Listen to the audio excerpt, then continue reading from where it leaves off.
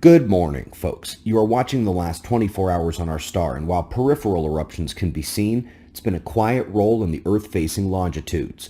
We're going to watch a gorgeous filament eruption, one where on the southernmost side of it, the plasma is quite obviously descending down through the corona, coronal rain.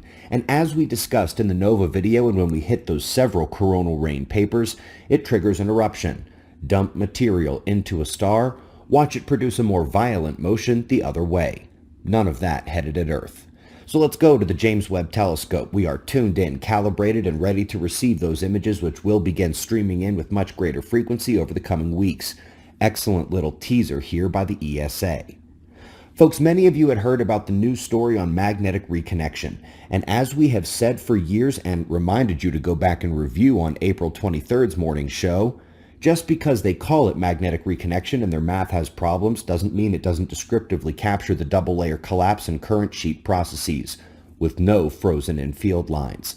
But alas, they have managed to live within those legitimate aspects of the science on this one, and this is the animation most have seen. It's not the important one.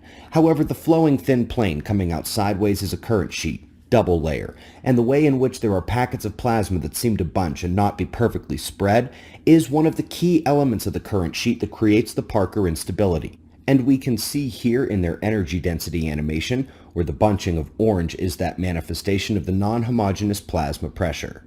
These variations in the resulting wavy current sheet are reinforced where additional plasma is introduced at the galactic L-shell fields and as the interstellar or galactic magnetic fields thread that sheet as well. Folks, they do still have to fix the math and fix the frozen-in field lines, ditching that as a concept, but they hit the legit aspect of what's called magnetic reconnection and more importantly, demonstrated one of the key reasons that the sheet will bob and weave, ripple, a wavy, radially flowing current sheet.